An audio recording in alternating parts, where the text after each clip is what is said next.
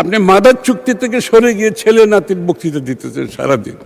একটা কথা বারবার না বললেই তো আবার ড্রিল করা যায় না। তো আবার গণভোট অধ্যাদেশ এসে গেল নাতি। এখন সবচেয়ে মোস্ট পপুলার টপিক হচ্ছে আমাদের জুলাই সনদ। ভুলে গেলাম কেন, এত বড় একটা ইম্পর্টেন্ট ব্যাপার, তা ভুলার কোনো কারণ নেই। জুলাই সনদ হচ্ছে সবচেয়ে টপিক্যাল ইস্যু। এখন সবাই কিছু না কিছু বলেছে এখানে। আমি মনে হয় আমার না বললে তখন মনে করবো আমি বোধহয় জুলাই সনদ বিষয়টাকে অ্যাভয়েড করে চলে যাচ্ছি। তো এখানে জুলাই সনদের ব্যাপারে যে বিষয়গুলো আছে, প্রথমত আমি একটা কথা সরাসরি সাধারণভাবে একটা কথা বলি যে জুলাই সনদের আর বিএনপির যে 31 দফা বিএনপির যে নির্বাচনী ম্যানিফেস্টো ইজ ফুলি অ্যালাইনড। আমরা কিন্তু জুলাই সনদ স্বাক্ষরের সময় আমরা আমাদের নির্বাচনী যে ম্যানিফেস্টো আছে এটাকে আমরা চেক করে দেখতাম যে এখানে সেইভাবে অ্যালাইন করে আমরা কিন্তু এই চুক্তিটা স্বাক্ষর করেছি এবং ইট ইজ এ মাদার চুক্তি। এর মধ্যে যেগুলো ঘটনা ঘটেছে এগুলো ছেলে আর নাতি। আপনি মাদার চুক্তি থেকে সরে গিয়ে ছেলে নাতির বক্তৃতা দিতেছেন সারাদিন,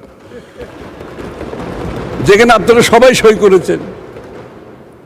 দ্বিতীয় কথা হচ্ছে এই চুক্তিটা ভিত্তিতে আমরা আমাদের নির্বাচনী ম্যানিফেস্টো সাথে মিলিয়ে আমরা ক্যাম্পেইন করেছি, আমরা জনগণের কাছে গিয়েছি এবং জুলাই সনদের কথা বলেছি, আমাদের 31 দফার কথা বলেছি, আমাদের ম্যানিফেস্টোর কথা বলেছি এবং জনগণ নির্বাচনে আমাদেরকে 2/3 ভোটে সেটার প্রতি সমর্থন দিয়েছে।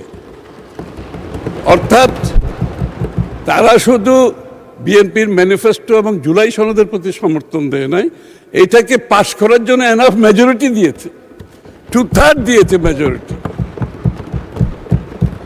এখন একটু টেকনিক্যাল, আমি তো লয়ার না, তবে একটু আলাপ আলোচনায় যখন শুনি তা আমার কাছে কিছু কিছু জিনিস খুব মানে সামনে চলে আসে আর কি।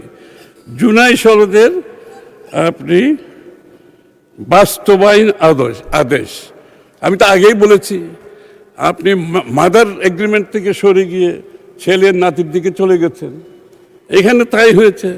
তারপরে আসছে জুলাই সনদ বাস্তবায়ন, নাকি প্রথমটা আদেশের আগে, হ্যাঁ বাস্তবায়ন আদেশ, তারপরে আসছে গণভোট অধ্যাদেশ। তা বাস্তবায়ন আদেশের বিষয়টা হচ্ছে এটা, এই আদেশ দেওয়ার ক্ষমতা সংবিধানের 4th তফসিলের 3য় উপ অনুচ্ছেদ অনুযায়ী প্রথম সংসদের প্রথম অধিবেশনের পরে এই ধরনের আবেদন দেওয়ার ক্ষমতা নাই। এটা হচ্ছে লিগ্যাল ইস্যু। এটা লিগ্যাল ইস্যুটা আমি তুলে ধরলাম এই জন্য যেটা এটার সাথে এটা যথার্থতা এটা বলেছেন অনেকে, এখানে বক্তব্য অনেকে বলেছেন। আমি এটাকে আর একটু ড্রিল করে মাথার মধ্যে ড্রিল করতে, হয়তো একটা কথা বারবার না বললেই তো আবার ড্রিল করা যায় না। তো আবার গণভোট অধ্যাদেশ এসে গেল নাতি। গণভোট অধ্যাদেশ হচ্ছে নাতি।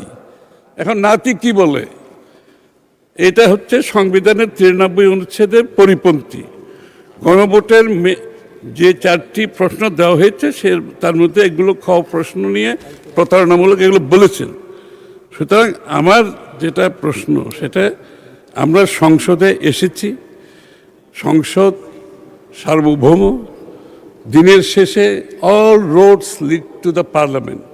কেন বলে শব্দটা, ওই দিনের শেষে ওখানে সিদ্ধান্ত হতে হবে এবং সেই আমরা জনগণের ম্যান্ডেট নিয়ে এখানে এসেছি। তা আমি বলবো এই বিষয়টা নিয়ে বোধহয় আমাদের মধ্যে একটা বোঝাপড়া দরকার। কারণ আমি জুলাই সনদে যা দেখলাম প্রায় সবগুলো আমরা ঐক্যমত আছি, দুই সাইডে।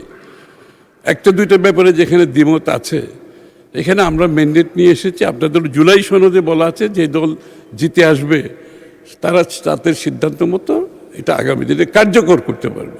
সেই ঠিক কাজটাই আমরা করতেছি, তার বাইরে তো আমরা কিছু করতেছি না।